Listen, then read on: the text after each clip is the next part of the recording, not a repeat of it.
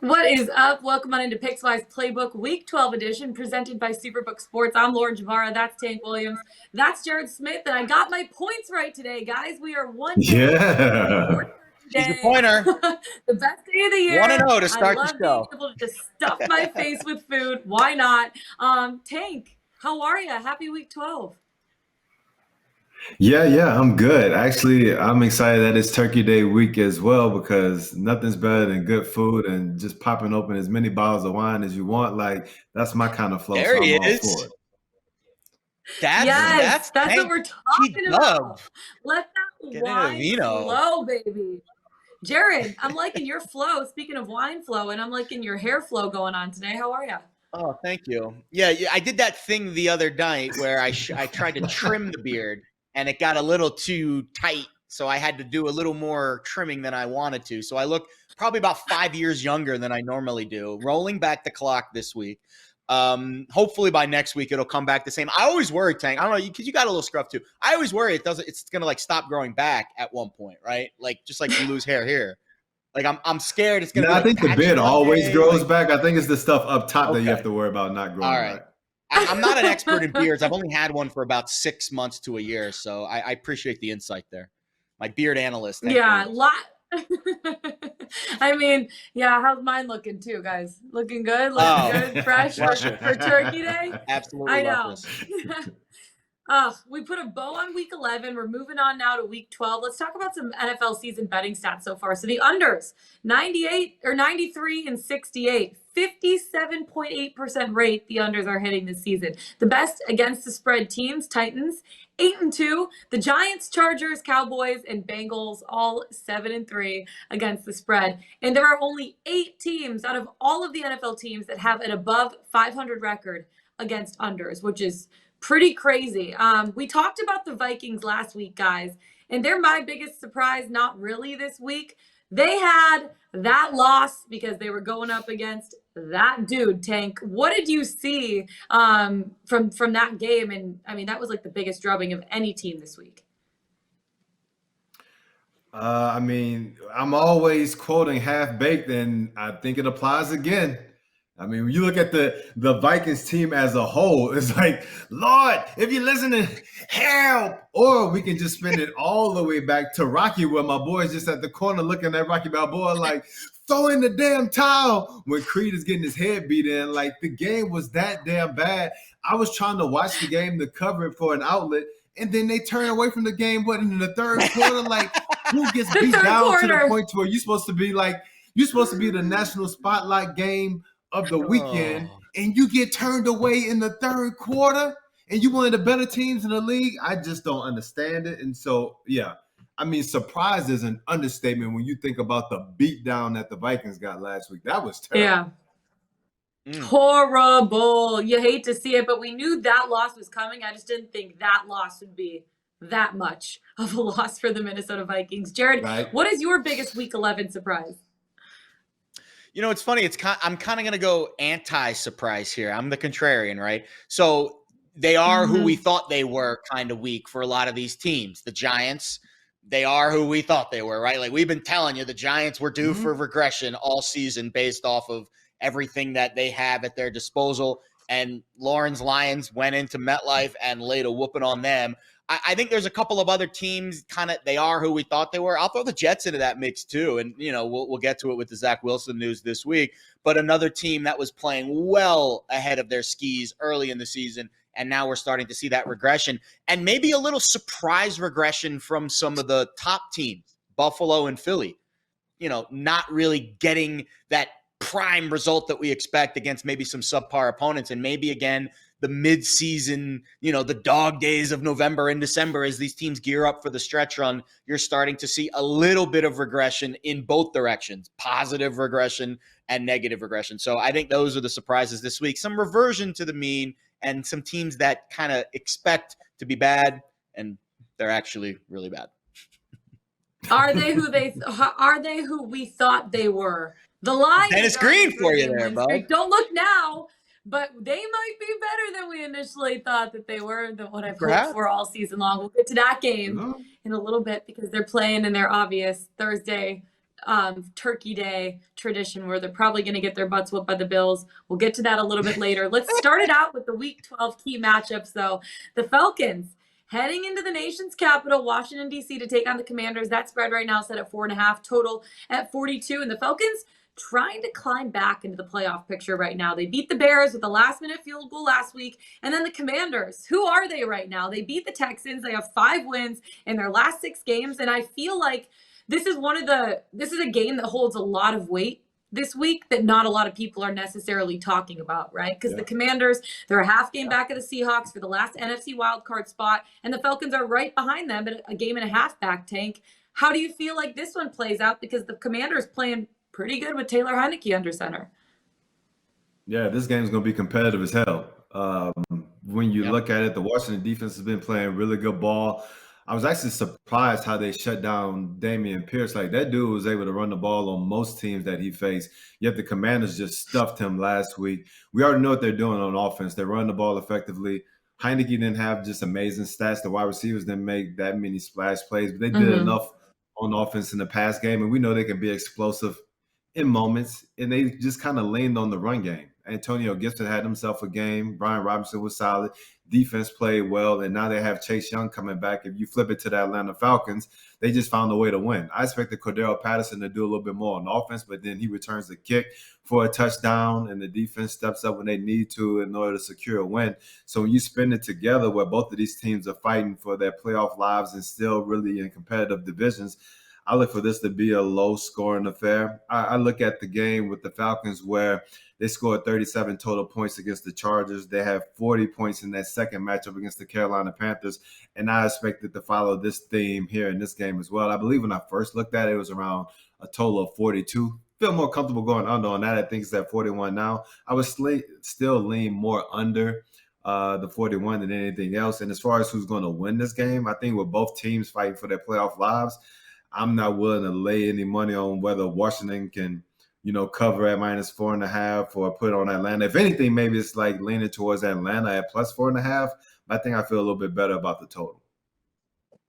Yeah, I could see that absolutely happening because Atlanta has looked really great against the run this season, Jared, allowing 4.4 yards per carry. Well, Washington's offense with Taylor Heineke, because they're not trusting him as much to throw the ball, they've been rushing a little under 60% of their plays. I feel like this is a spot where Atlanta can kind of limit the Commanders' run game, don't you think?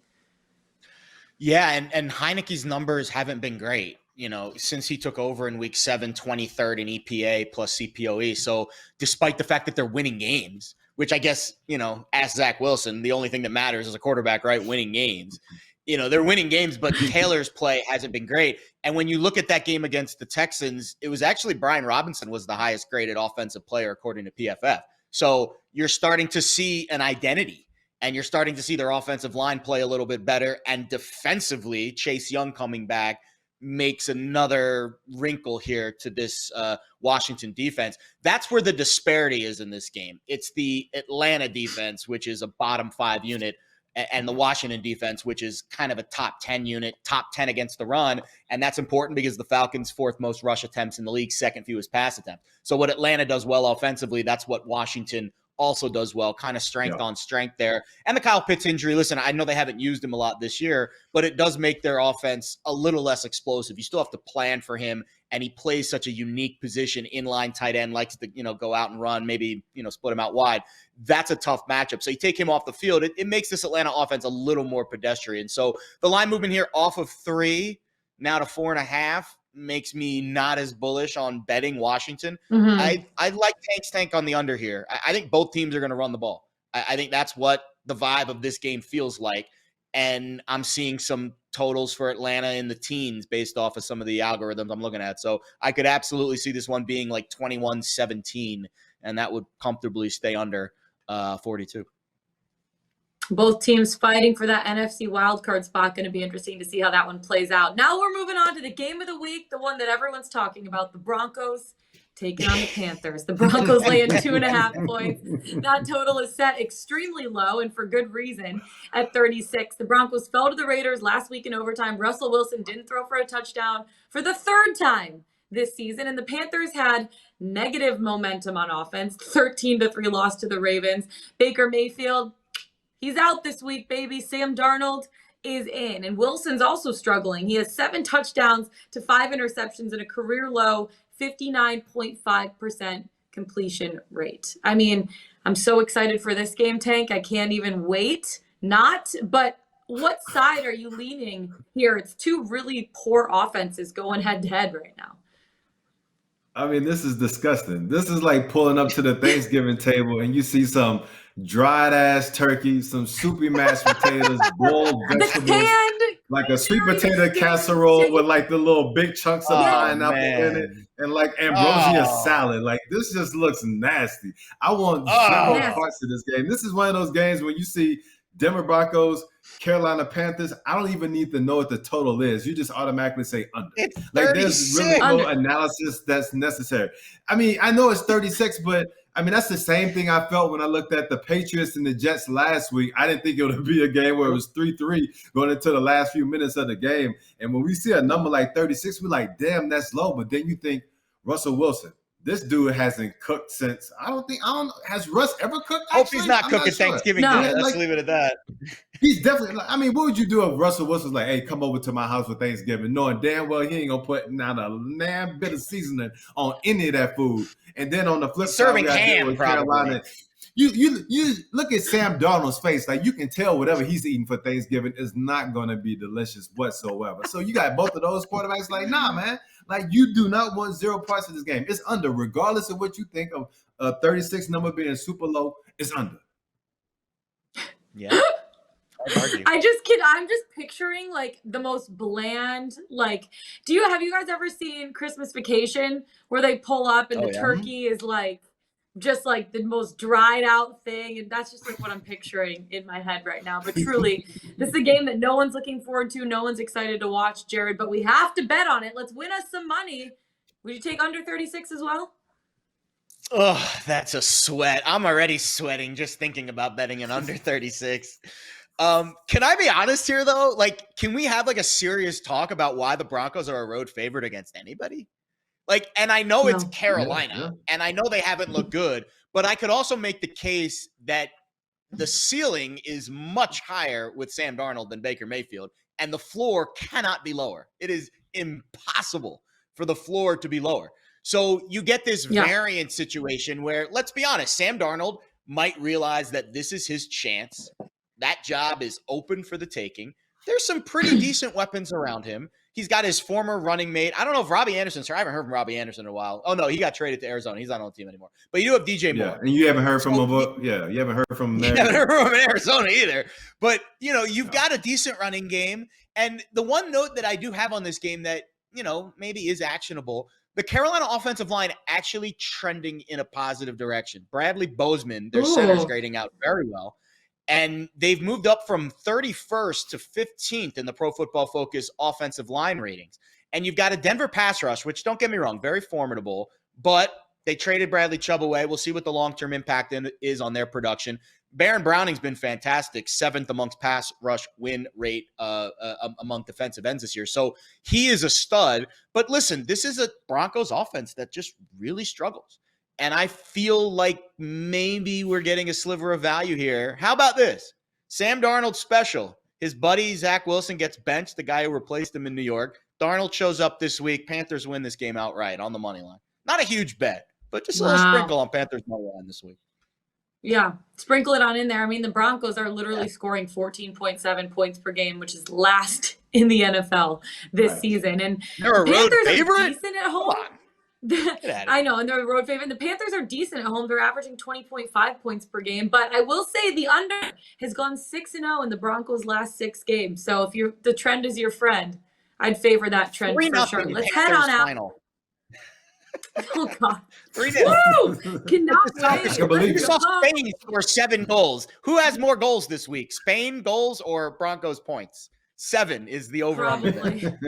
Yeah, probably Spain goals, to be honest with you. Let's take it up to Cleveland. The Bucs coming into town to take on the Browns. The Bucs are 3.5-point favorites. That total is set at 43. And Tampa Bay really seems to be hitting their stride before the bye. They had back-to-back wins, most recently against the Seahawks back in Week 10. The Browns, not so much. They've lost 6 of their last 7. They lost last week to the Bills in Detroit, which we're going to get to that Bills game in a second too. I don't know why they didn't just stay in Detroit, but that's neither here nor there. But the Browns have given up 30 plus points in 4 of the last 6 games, and also of the NFL's 3rd worst scoring defense overall. Could this be a spot, Tank, where you take an over, even though the unders are hitting so rapidly this season?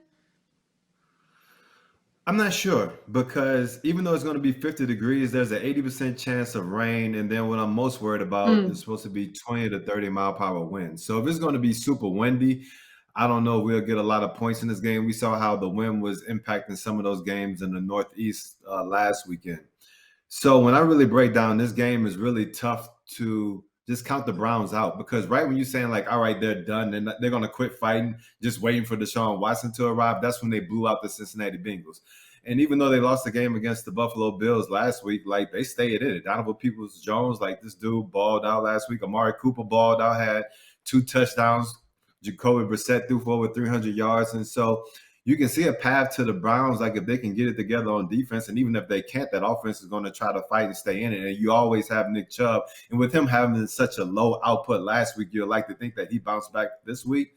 And so given that fact, when you try to think about the psyche of these teams, and understand that Tampa Bay is coming in, like they got 2 wins in a row, but the Browns haven't given up. Tampa Bay has something to fight for. I think this could be a tricky game to try to project what's exactly going to happen. So I really don't have a strong lean either way. I would say that if it is windy, and if you're looking at the wind before this game and saying that it may limit what these teams could do on offense, I would lean towards the under. But as far as like who's going to win this game, I know people will want to lean and say, hey, the Bucs should get this and trend right because they have everything to fight for with Atlanta right on the heels. But I feel like Cleveland's going to keep on fighting, and so this could be a little dicey outcome right here. Absolutely. And Jacoby Brissett, coming off of his best game of the season, threw for 324 passing yards, 3 touchdowns last week. The first time this season, Jared, that he hit the 300-yard mark. Do you think he could do the same against a Tampa Bay defense that's one of the best in the league? Yeah, this is an interesting game. And Tank, your instincts are exactly how the Sharps feel about this game, because I'm seeing a battle here around 3. Offshore, it's gone to 3.5 a bunch, and every time it's gone to 3.5, it's quickly been bought back down to 3. And that kind of, and that's pretty common amongst that key number. But you do see Cleveland kind of getting a little love here from some of the smart money off of that key number. So if you do see a 3.5, I could see a world where it doesn't stay 3.5 through the rest of the week. And at some point, the onshore shops catch up. Superbook, I'm still looking now, is hanging a 3.5 as we're recording the show on Thursday morning, but it's juiced to the Brown side. So it's plus 3.5 minus 120. So they're making you pay for that hook. And I think, narrative speaking, I think this Tampa Bay team definitely is trending up. They come off the bye from the Germany game and, 1-2 in a row. Their offensive line actually is playing a lot better. And their defense is getting healthy in the secondary. But then you watch some of the things in the second half and the fourth quarter of that game against Seattle, and you saw some holes back there. You saw Geno Smith have a chance to at least bring his team back late. So this one feels like a stay away for me. I think the total spot on at 43, especially if weather's involved. We could see this move significantly over the weekend. But at 3.5, it's probably a lean to Cleveland. At 3, it's probably a stay away. Yeah, if you like a trend, the Bucs won 6-1 in their last 8 games against the spread. So Browns maybe at home getting the hook with 3.5 could be possibly a good spot, especially if there's some inclement weather too. That's just trends. I'm not betting that, but just throwing that out there too for you. Let's head to Jacksonville, baby. Ravens in town taking on the Jacksonville Jaguars. 2 teams at this point heading in completely opposite directions. The Ravens laying 4 points here. Lamar Jackson, he toughed it out. Tough cookie last week, dealing with an illness, not being 100%. Still got the win against the Panthers. And the Jags coming off their bye. They lost to the Chiefs the week before that. They lost 6 of their last 7 games. And maybe they're feeling a little bit hungry. But the way that the Ravens are playing right now too, Tank, especially with the additions that they just had at the trade deadline on defense, they're a solid team right now. Would you feel comfortable laying 4 points with them against the Jags? This is another interesting game. I really like the way that the Jags played against the Kansas City Chiefs before their bye. And we also saw the way, even though weather may have factored into it, the Carolina Panthers played the Baltimore Ravens really tough last week. And that's one of those games where if you flipped it and say, like, this week, I can see the Jacksonville Jaguars having enough talent on both sides of the ball to play the Ravens that way. I don't think this game will be that low scoring, though. I feel like Jacksonville has found a little something with Trevor Etienne. They actually got the ball to Christian Kirk again in that Kansas City Chiefs game. Obviously, whenever you're playing against Kansas City, you have to be a little bit more aggressive. We saw that from the head coach where you kick an onside kick early in the game. They're a little bit more aggressive with the passing game. But I think Trevor Lawrence did a decent job protecting the ball, if I remember right, from that game a couple of weeks ago. I don't think he had an interception. I'm going back looking. Yeah, no interceptions. Actually, they didn't have any turnovers. Yeah, so they played really clean ball. I tracked that a lot. Yeah. Yeah. So, I mean, the Jacksonville offense playing pretty clean ball. And if they can do that, it doesn't put their defense in bad situations. So I think this could be a game where they hang pretty close with Baltimore. So all that being said, I really don't have a strong lean on this one either. I mean, I think there's a lot of games, and Jared could probably speak better to this, where you see like a clear advantage and you say, hey, I'm going to hammer this edge, I'm going to hammer that edge. When I see something where I can see Jacksonville doing some things well or Baltimore and it just looks a little wishy-washy to me, I'd rather just stay away and just enjoy it being a really good game, which I think it can be. Yeah, the one thing I noticed about Jacksonville's defense is the fact that they give up the 9th most rushing yards to opposing quarterbacks. And I feel like this is a spot where Lamar Jackson can really take advantage, especially a little bit more healthy now. The Ravens are on a 4-game winning streak, right? And defensively, they've held opponents to 14.5 points per game over the last 4 games. So they're just playing solid ball right now, Jared. But can you see a little bit of an advantage for the Jags, or do you think this is going to be all Ravens all the way? Yeah, I don't see much of an edge here either. I'm with Tank on this. The market kind of agrees. We've seen it bounce around from 3.5 to 4 pretty consistently. And again, when you're gravitating around these key numbers, when it doesn't move off strongly and then push to one side, it tells me that the market's kind of undecided on this game. And I think it's fair based on what we saw with the Ravens last week. I mean, that was a game at home against the Panthers that you kind of need to put your foot down and win. And they looked very sloppy at times doing so. Some turnovers. And listen, Lamar Jackson's not in that elite tier of quarterbacking, I think, so far this season. I think there's some other guys that are playing the position a lot smoother and more polished than he is. Now, he is still an explosive weapon and has that just game-breaking capability on any given play. But down to down, he's been a little inconsistent throwing the football, and you're going on the road against the defensive line. That's a top 10 pass rush win rate. Ronnie Stanley, your left tackle, rolled his ankle last week. We'll see what his status is this week. He's a questionable. That's a pretty big, piece on that offensive line, which has been very good for Baltimore this year. And I think you nailed it, Lauren, at the top, talking about the Ravens defense. The identity of this Ravens team was kind of in question early in the season, even over the last few seasons. When they were at their best, it was the defense. And that's really what I think Baltimore needs to get back to in the second half, because they're in a division now with an improving Pittsburgh team and a Bengals team that's also very, very talented. It ain't going to be a cakewalk in the second half in that division. So this is a Ravens team that needs to kind of find themselves a little bit. And I think the fact that we're seeing a battle here on this Jaguars game tells me that there's some smart money that likes Jacksonville this week. Yeah, you mentioned the Bengals. Speaking to that before we bounce. Oh, yeah. Yeah. Well, actually, before we bounce, I mean, you make a great point, and that's one thing that I think I need to speak on before we move on to the next game. Like, I believe they do have an identity now on defense. Like, ever since Roquan Smith got there and he's roaming the middle, like, they played well against the New Orleans Saints, and even though Lamar Jackson and that offense didn't do too much against the Carolina Panthers, they still held up to, like, a field goal last week? And so that's 2 games in a row where that Baltimore Ravens defense has played solidly. And we'll see what they do against the Jacksonville Jaguars. I mean, they're not game breakers, but they have some weapons with Etienne and with Christian Kirk and all those guys. Interested to see what they do, but I wouldn't be surprised if they pitch another low-scoring game. So, I mean, you make a great point. What I noticed? Let's see if they continue to trend the way that they have the past couple of weeks. The last 2 weeks, I've also noticed Patrick Queen's PFF rating starting to improve. So you bring Roquan in, you take the pressure off Queen, and now all of a sudden both of those guys are playing well together. I mean, you get so it's almost like two trades in one. You know, you get Roquan in, and Patrick Queen elevates his game and you too. lift his play. Absolutely. Yeah. It's a dangerous Ravens defense right now, no doubt. It happens. And you actually see the cornerbacks playing better as well, and the defensive line, all because you have Roquan coming in and dominating in the middle. Yep. It's amazing how one piece that you add to the defense can just like elevate everybody else around you. And I know, like, I'm not saying that about Taylor Heineke and the Commanders, but you can tell when your team is playing for you and playing with you. And I think that that's exactly what the Ravens defense is doing with the addition of just one person, which is crazy. Jared, you mentioned the Bengals a little bit earlier. They're in Nashville, Smashville, taking on the Tennessee Titans, two of the hottest teams right now. In the AFC, the Bengals have won 6 of their last 8 games. They won against the Steelers last week. The Titans, 7-1 straight up in their last 8 games. They had a big win against the Packers. Tannehill threw for 333 yards, 2 touchdowns. Treylon Burks, 7 passes, 111 yards. I feel like the Bengals' key to success, Tank, in this game is how they can limit Derrick Henry, because the Packers held him, I guess, to 87 yards with a touchdown on 28 carries. But the Bengals' run defense, they've been solid all season, and they're laying 1.5 here on the road. Do you think that they can be a road favorite winner and cover the spread?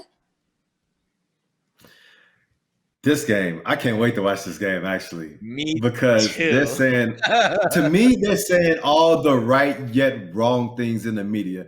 Every piece of news that I see coming out of Tennessee is that this is not a revenge game. This is not a revenge game. My ass. This is definitely a revenge game. Like, we already know what happened last year in the playoffs, and they stopped you from progressing to the next round. And you had 9 sacks on Joe Burrow, and they still beat you. There's no doubt in my mind that this is a revenge game. Those fans in Tennessee are going to let both teams know that this is a revenge game as soon as they step between those white lines and kick off on Sunday. And so I just want to see both of those teams come with that energy through the media leading up into this game, because everyone on the outside looking in knows how big this game is. And I'm sure they know it as well. They're trying to prevent each other from putting up that bulletin board material. But I'm telling you, once we get between those lines, this is going to pop off. And so if you think about it from that macro perspective, with all that energy, all that psyche coming into this game, and then we have it at the Titans plus 1.5. You have an over under 42.5. I want to speak to Jared on this. Is this a game where you feel like the Bengals have been scoring a lot of points coming into this game? Do they keep that trend going, knowing that we might have Jamar Chase coming back? Or is it a game where the Titans have been playing solid ball on defense? They're going to try to dictate the pace, running the ball heavily with King Henry, slow the game down, try to limit Cincinnati's touchdown opportunities, holding the field goals, and then we see a more low-scoring affair. I really haven't figured out which way I'm leaning on this, but I just know one thing is going to be a game that's competitive as hell. And actually, the Titans have showed that, hey, they can grind you out with the run game, but Tannehill could throw for over 300 yards and throw multiple touchdown passes, and they have Treylon Burks kind of coming on the outside as well. This game is intriguing, and now the more that I talk about it, it's really hard to figure out exactly how it's going to play out. I loved that full circle moment. You started here and then you went all the way around everything and ended here. I love it. Talking into and out of picks. But that's what we have to do, though. Honestly, seriously. Actually, I agree. When we're trying to figure these things out, because you always want to lean into what your visceral reaction is, but you have to learn and look at things from the other side. And so I think talking through those two narratives and then getting y'all's feedback, it may be a theme once we kind of finish this conversation. It's all right, I feel like this has a better opportunity to happen than what I felt before. Yeah, I actually, Jared, I don't know if you agree with me too on this, that the over could be a good bet here, because I really like how the Bengals pass attack kind of matches up with the Titans secondary, right? They're a bottom 3 team when it comes to passing yards and completions allowed. Joe Burrow's looking at that and he's like, damn, I'm throwing over 300 passing yards over the last 5 games on average. I just feel like this could be a really good spot on both sides to score a lot of points in the over 42.5 to hit. Yeah, there's a lot here. And talking through it, Lauren, we've done this on multiple occasions, doing a daily show for almost 2 years together. I'll start to talk my way into something, and then we have a conversation, and then at the end of the conversation, I talk my way out of something. I mean, this is one of those games because there's a lot of intangible to handicap here. And listen, the only reason why the Titans are saying it's not a revenge game is because they're a very well-coached team, and Mike Vrabel's got them buttoned up. Vrabel. And he knows that listen, I'll be honest. I think he might be the best coach in the league. I love, and I'm not saying he's the best X's and O's coach in the league. You know, the O'Connells and the Kingsbury, say what you want about him. Like, those guys are schemers and they're smart as attack. But when you talk about leader of men and understanding what it takes to get up for big games, I don't think there's anyone better in the league than Mike Vrabel. Honestly. Right. And getting the most out of his team with what he has, like, oh my goodness.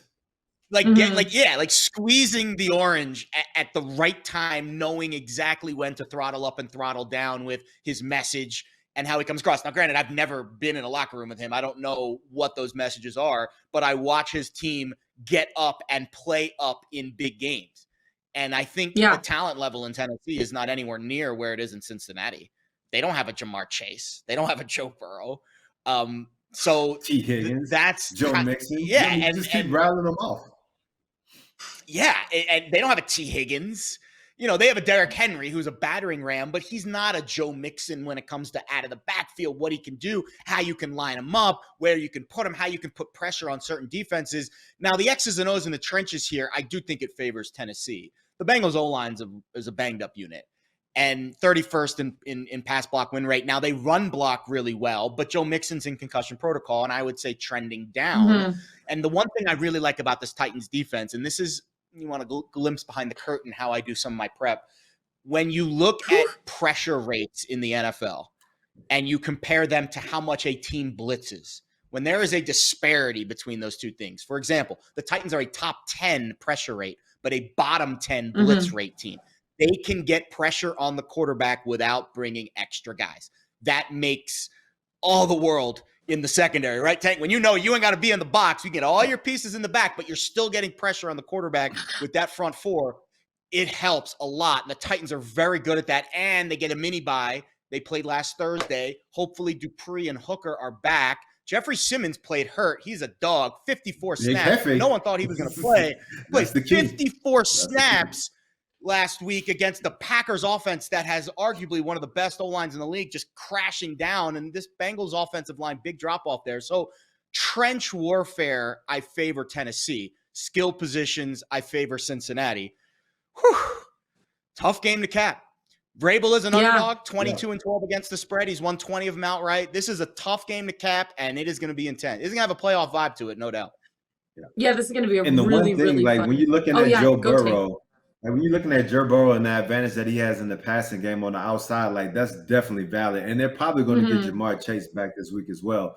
But the one thing that every great quarterback hates, whether you have Joe Burrow or a Peyton Manning or a Tom Brady, is that instant pressure up the middle. And Big Hefe, Jeffrey Simmons, is that dude. And I play with guys like that. Like Albert Haynesworth, like if you got a guy that can just get up on the quarterback's nose in like a second and a half, like that wreaks havoc on everything you're trying to do on offense.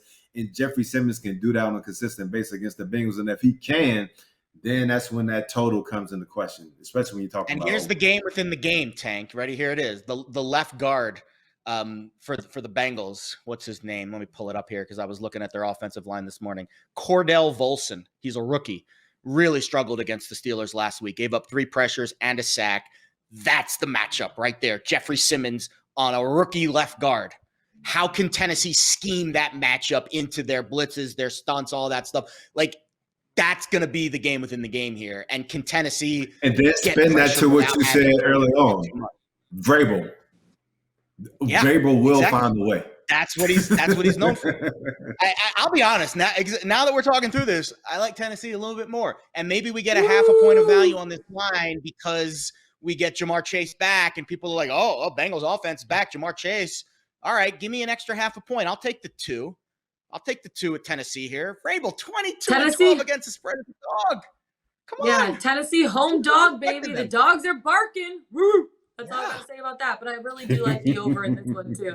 Let's take it to AZ. The Chargers coming into town. The Chargers laying 4.5 points here. That total is set at 47.5. LA coming off a last-minute loss to the Chiefs. 3rd loss in their last 4 games. What a game that was, by the way. But I digress from there. And then the Cardinals also 1-3 in their last 4 games. They flew back from Mexico City a couple days ago. Blowout loss to the 49ers. Colt McCoy under center. And the Cardinals are so bad. And I mean so bad at home this season. They're like, aren't you supposed to have home field advantage? They're 1-5. at home this season with a minus 7.2 differential on home turf. It's incredible how bad they are at home. And the Chargers have won 3 of their last 4 away games. So I look at this spread and I'm like, are the Chargers a little bit hungry, especially after losing to Patrick Mahomes in the last 2 minutes of the game, Tank? Could they cover 4.5 here in Arizona, where the Cardinals have been really bad on home turf? I don't trust the Chargers with anything. I've said that on a number of shows that we've done, and that will continue to be the theme until they show me that they can stop charging. I think what's interesting about this game is that it seems like it's going to be the Sean Payton Bowl if you listen to everything that's going on Twitter, where he's saying that these are 2 of the teams that he's most interested in coaching in. But I digress from there. And when you really want to think about how we want to project this game, I don't know who's going to win, because Arizona, we know that they could just do some of the most stupid things on offense, whether it's like snapping the ball over the quarterback's head or just turning over in just the most inopportune moments. And then Chargers, they Charger. But one thing he said, I believe that Arizona's kind of found their groove on offense. No matter who's been at quarterback, Nuke Hopkins has had like some solid games where he's catching damn near 10 balls and 100 yards every single game. Whether it's Rondell Moore or Greg George, you have a second wide receiver who's throwing up crazy stats similar to that, where you have an almost double-digit catches and 100 yards. And actually, James Conner has played a little bit better over the past couple of weeks as well. And we know that Achilles heel of the Chargers defense is stopping the run. And on the flip side, that Chargers offense has come to life. Like, we thought we were going to have Mike Williams and Keenan Allen back. Obviously, Mike Williams left with that ankle injury, but all you really need is Keenan Allen. Like, as long as that hammy stays good, then they're straight, because he adds the juice to that offense. Like, you saw that pass where he caught it down the sideline on the field and got them in a situation to win the game. And then he opened so many things up, whether it's for Joshua Palmer or Austin Eckler and some of those other guys. So I think Keenan Allen, as long as he stays healthy, he's the key. And I believe he is healthy now. He said he wouldn't be out there if he wasn't. So I believe the Chargers offense is going to continue to trend upward. I like what Arizona offense is right now. So when I look at those 2 things together, over 47.5, that smells about right to me. Yeah, I actually really like that too. And I look at, I talked about Joe Burrow going up against the Titans secondary. I like this matchup even more. Justin Herbert going against the Cardinals secondary, who are giving up just under 300 passing yards per game, and having a guy like Keenan Allen back. We still don't know who's starting for the Cardinals this week. Colt McCoy, maybe. He didn't play well on Monday Night Football, but Kyler, 1-4 in his last 5 starts under center. So I don't know who's going to be better for the Arizona Cardinals, Jared. Do you like the over in this spot too? I don't like the over. I love the over. Ooh. In this spot. Ooh. This game stinks. And it's between 2 teams that I don't want to say are quitting, because you don't quit in the NFL. But let's be honest. You watch the second half of that game between the Niners and the Cardinals. They were allergic to tackling. And the last George Kittle touchdown, oh my goodness. And you saw, I forget who it was, but there's, when Trent Williams comes around the edge and pulls, the guys were like running away. It was like, no, please, Trent, I don't want anything to do with you. Get away, Trent, please. Get away. Like, you want some of this too, old man? No. No. I don't want any of Trent Williams pulling on the edge. That's like the dancing bear coming at you. It is dangerous. So I'll give you some nerd numbers here, and then you guys can digest them how you want. The Chargers defense also really struggling. 27th in overall efficiency, 20th when you adjust for schedule, 30th against the run. And I'll be honest, Colt McCoy, here's your hot take. He should be the starter right now. The nerd numbers that I'm looking at, completion percentage over expectation, EPA per play, small sample, obviously about a quarter of the snaps that Kyler Murray has played in this year. His numbers are better than Kyler's. And I think he fits what this offense wants. Cliff Kingsbury, quick. Get the ball out. Get the ball into my playmakers' hands. Rondell Moore needs to be back. Hollywood Brown, we'll see what their statuses are. They were dinged up too. But Nuke is obviously the guy. And on the Chargers side of the ball, Arizona's defense, Lauren gave the numbers. They have not been good against the pass. Here's kind of a, micro version of how bad the Chargers defensively have been this year. And Tank, I'm fascinated to hear your reaction to this. So you get J.C. Jackson, who had 4 awesome years with the Patriots. He had a high PFF grade last year, one of the highest of any corners in the league. He leaves the nest of Bill Belichick's defense, and he goes to the Chargers defense with Brandon Staley, one of now the lowest PFF grades of any corner in the NFL this season. That's the Belichick effect, right, Tank? You take a guy out of that scheme, and now you put it on an island, and he just isn't playing well. And I think that's kind of collectively what we're seeing with this Chargers defense. The scheme is not good. And Brandon Staley was supposed to be a defensive guy, but we haven't seen that. So at 47.5, 47 is a secondary key. If Colt McCoy gets announced as the starter, I could see that dropping a half a point, kind of like we saw on Monday. But maybe wait this one out. I don't see it going too much higher. If it's Kyler Murray, I probably wouldn't bet the over because I don't trust the Arizona offense. If it's Colt McCoy, I'm in on the over here for a big ticket, probably 2 units. Yeah, it's going to be interesting to see. Oh, sorry, Tank, you go. Like the last thing I want to say about this one, I'm not going to hold us up too long on this one, but when you try to dissect that Tennessee Titans Cincinnati game where you can see like, all right, maybe if this or that happens, then we can see like that total coming down. Even though you mentioned the thing about Kyler, even that Kyler plays, I feel really comfortable in this over. So I don't think there's anything that can scare me off. Fair. Hint, hint. Yeah, Colt's I will guy. say for the I'd start Colt. I would start Colt. That's just me.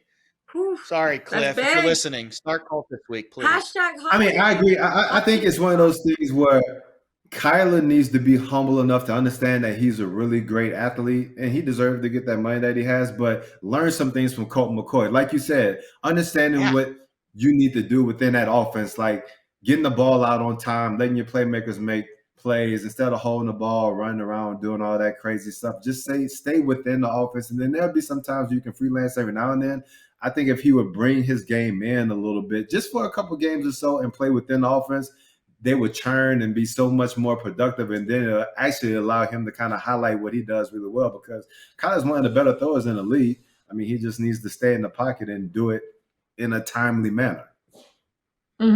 I will say, if you like the trends, guys, the total has gone 11-5 in the Chargers' last 16 games, and the total is hit the over in each of Arizona's last 5 games. So the over is a good spot. I like it. Also, crazy to note, Arizona is 1-10 straight up in their last 11 home games. Last time I checked, that ain't good. So something to definitely keep in mind. Let's take it up to Seattle, where the sun don't shine and the rain always falls. The Raiders are in town taking on the Seattle Seahawks. The Seahawks wanting to keep control of an NFC playoff spot in this game. They lost to the Bucs in Week 10. They're coming off of a bye. The Raiders won. They won last week. They're coming off of an overtime win against the Broncos. A win's a win, though, even though it is the Broncos. Win is a win. Devontae Adams, 141 yards, 2 scores, 7 receptions. I feel like we saw a lot of teams, we talked about this a little bit earlier in Week 11, who at the top of the division struggle to showcase their dominance. And maybe people are saying the same thing about the Seahawks too, right? So I feel like this is a really big spot for the Seahawks to want to prove their dominance in the NFC. But the Raiders, they taste a little success and momentum. They may want to keep that going, Tank. How do you think this one plays out? I actually think the Seahawks win this game. I'm pretty confident that the Seahawks win this game. I just don't know by how much. But when you look at this from a macro level, yeah, they have to go across the pond and they play the Tampa Bay Buccaneers. I believe Tampa Bay was a little bit more desperate than the Seahawks at that time. But then you get back home, you get to stew in that loss for your bye week. And then when you look at the upcoming games, like they have to play, whatever you think about the Los Angeles Rams, that's a division rival. You have to play 2 games against the Rams. You also have the Niners again, and you have the Kansas City Chiefs. So when you look at all those games coming up on the schedule and you have this matchup against the Las Vegas Raiders and it's at home, this is a game that you have to win. If you're going to be one of the better teams in your division, one of the better teams in your conference, this is a must-win game. And so therefore, like I throw everything else out the window. I understand that what Derek Carr and Devontae Adams were able to do against the Denver Broncos, that's all good. The Denver Broncos have a really good defense, but I think when it's all said and done, Seattle finds a way to win. So whether it's like betting the money line, I'm not sure exactly what that is right now, or if you get some line movement and it becomes advantageous, like if it gets below that 3 or something like that, Jared can speak more to that kind of stuff than me. But I just feel really comfortable with this setup that this is a game that Seattle has to win and that Seattle will win this game. Yeah, and I feel like Seattle's staring Derek Carr in the eyes right now because they're only allowing 182 passing yards over their last 3 games on average. And I know the Raiders rely a lot on Derek Carr in the passing game. They have the 6th highest passing play percentage in the NFL. Do you think the Seahawks defense could shut down a guy like Derek Carr, Jared? Yeah, that's a good question. A little bit of a battle here around the 3.5, 4. Not a whole lot of movement on this game. Not a game that I don't think any big syndicate or, sharp bettors taken a big position on yet, because we haven't really seen this market move a ton. I think my numbers have this right at around a 4-point win for Seattle. So I think this line is fair. I don't think it offers a ton of betting value.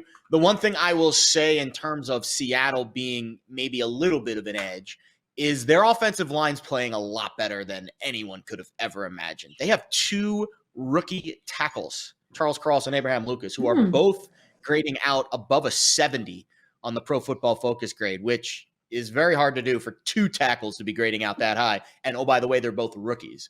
Credit to the Seattle scouting staff for getting those 2 guys in the draft. Cross was not a dropper, but, he was one of the last tackles taken early in the first round when all those guys went.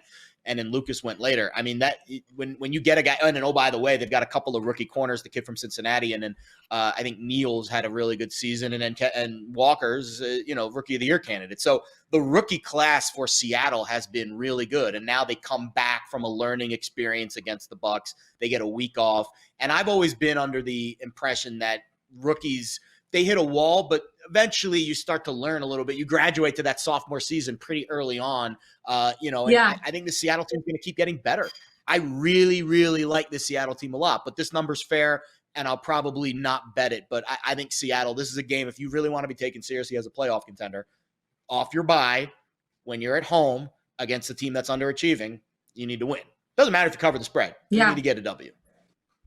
Seattle is 5-2 against the spread in their last 7 home games. So they're taking advantage at home, something that the Cardinals are not necessarily doing. Let's get into Sunday Night Football. Let's take it out to Philly. Packers are in town taking on the Philadelphia Eagles. The Eagles laying 7 points here. That total is set at 46. The Packers followed up a win over the Cowboys with a loss to the Titans. They need to win out to make the playoffs now, which I personally don't think is going to happen. But the Eagles rebounded from their first loss with a 1-point win this past week over the Colts. This is going to be a fun, interesting, exciting game. Tank, how do you feel? But 7 points is a lot of points, right? Against a team like the Packers. Or is it not? Would you feel comfortable laying a touchdown with the Eagles at home? I wouldn't feel comfortable about it. We've seen the Eagles in similar setups where you felt like they should be able to dominate a team. And actually, this has been the theme of the Eagles, throughout most of the season, where they'll start off fast in most occasions, and then they just kind of take their foot off the pedal late in the game. I'm not sure if this is going to be that similar scenario this week.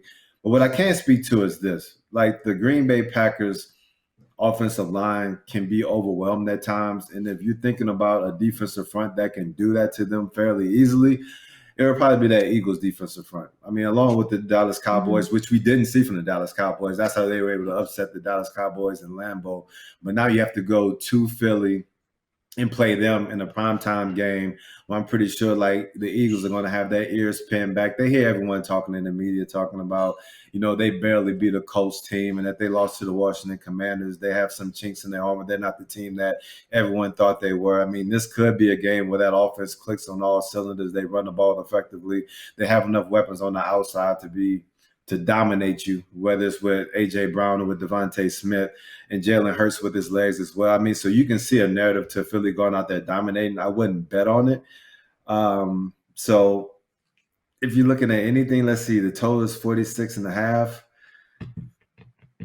I don't know if I have a strong feeling on that because I don't know what Aaron Rodgers and those guys are going to do on the flip side. Actually, right now, just talking through it, this would probably be something where I want to stay away. But I'm interested to hear what Jared thinks and see if he has a lean on something one way or another. But I do feel pretty good about that Eagles defense and how they match up against that Packers offense and being able to overwhelm them. Yeah. That's for sure.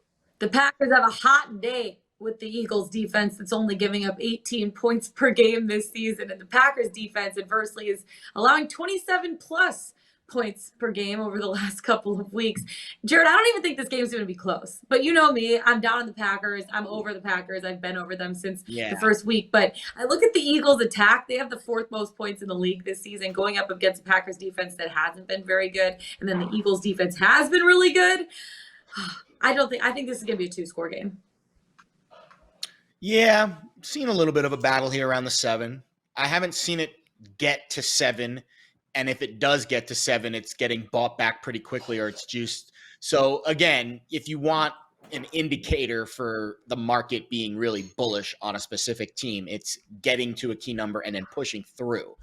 Most of the time it gets to a key number and then it gets bought back. And then that's how you kind of know that, all right, this isn't a game where the sharps are all lining up on one side here. And I think that's the case with this game. I think the 7 will be that magnet that we see a lot of the action hover around this week. The one thing I will say about Philly, and this is probably the most impressive thing I've seen maybe all season, Linval Joseph had the highest Pro Football Focus grade of any Eagles defender on Sunday. Dude just got into town like 3 days ago. Coming off the street. And Ndamukong Suh is 4th. So you bring in Linval Joseph and Ndamukong Suh, and you snap your fingers, and they're already 2 top 5 players on your defense.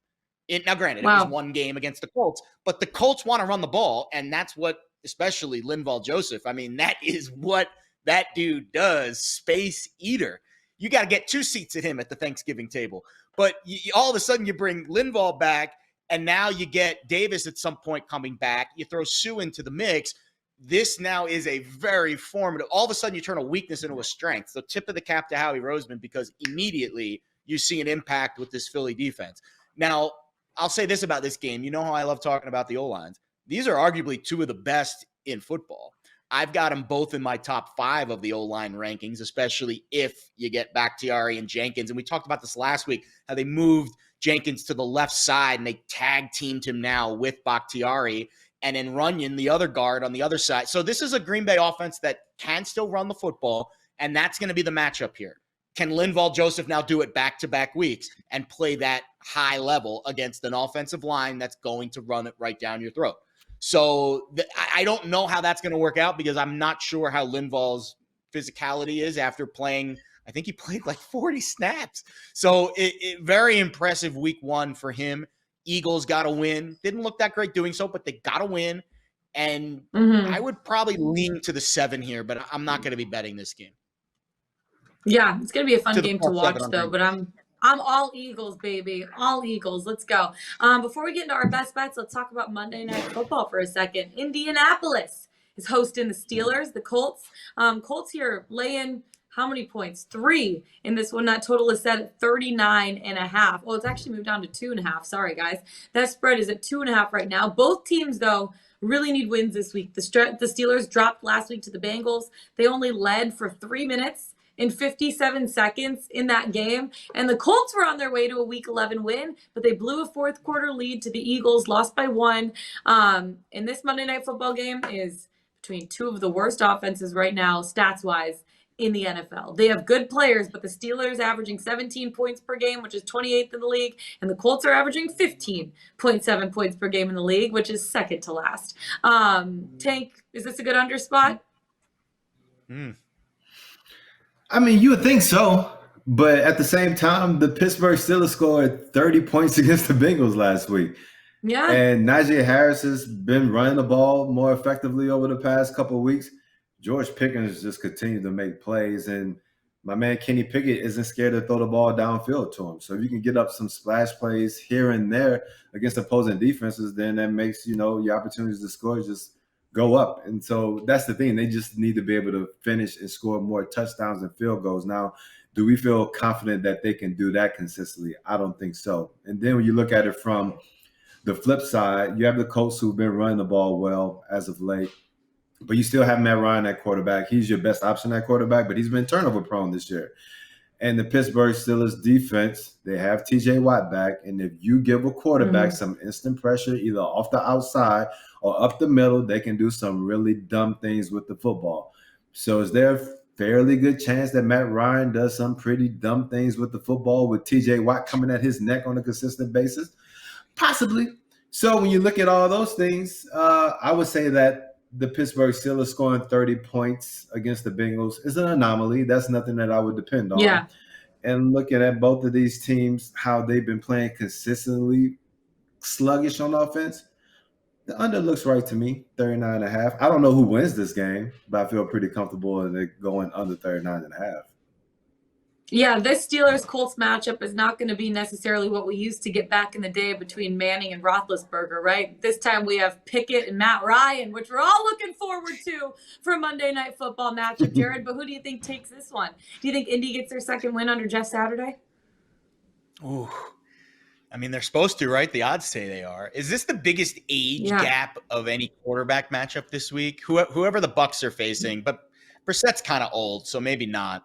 This is what Pickett against Ryan in his late 30s. This is almost like a 15-year age gap here. I love the age gap handicap. That's always big. Now, Tank nailed this. So the top of my notes: Colts O-line trending up. Braden Smith didn't allow pressure against the Eagles, which is impressive. But then the next line is TJ Watt will give him his toughest test of the season at right tackle. Like that is going to be a matchup to watch. And if again, unnamed offensive linemen that, played their best game of the year, good for you against an Eagles pass rush. And that's important. But I think this is going to be a much tougher test. Now, the Steelers' offensive line's been pretty stable this year in front of Pickett, and I guess in front of Trubisky early in the year. All 5 starters have played in all 10 games. You've had the same, 5 old linemen all 10 games. And I think that kind of speaks to where this offense is trending towards. They're starting to run the ball a little better. Najee Harris, you start to, hey, Najee, you might get benched if you don't start running well. Oh, there you go. All of a sudden, Najee Harris playing really well. Motivation is a hell of a drug. Hell yeah. There it is. Motivation, baby. And then you see the development of the relationship between Pickett and Pickens, and I love the direction that that's going. This is a Steelers team that I think is trending in a direction where they might be a live dog in some spots in the second half of the year, in a division that is historically tight, and Mike Tomlin, who is a historically good head coach, this is a Steelers team that underachieved the first half, and now you're starting to see them play better. Yeah, they're not going to score 30 again this week. The total's 39.5 for crying out loud. But I could absolutely see them playing better than in our minds maybe we think. And I think the first game for Mr. Saturday, I don't want to say it was an anomaly, but you're starting to see a little bit of regression last week. We didn't quite see that spark that we saw in game 1. And my guess is like a tide that goes in, and then the regression of the wave comes out. And I think eventually you'll start to see this Colts team play a little more down than they did in that first game. Like, I don't think we're going to see that same level of effort and focus that we saw in Jeff Saturday's first game. So I would lean Pittsburgh here, especially if you're getting 3. And it's 2.5 most of the spots in the market. I saw a couple 3s pop up, but at 3, I absolutely would favor the Steelers in a low total game. Saturday, 1-1 on Sunday. Looking to go 1-0 on a Monday. Why not just give them all the days? Any games on Monday? Yeah, we got to give them a Thursday night game too. Saturday's get them on every day of the week. Literally every day. What happens if they play a Saturday game? Yeah. The world's going to go nuts if they play on Saturday. Seriously, though, I know. Maybe after his NFL stint, he'll take over a college football team, take on a Saturday. We'll see what happens there. Pickswise Playbook, presented by Superbook Sports. Wow, that was not words. Pickswise Playbook, let's try that again. Presented by Superbook Sports. Pile up the wins and pile up the money with Superbook. Right now, the best betting app from Las Vegas is giving you free money.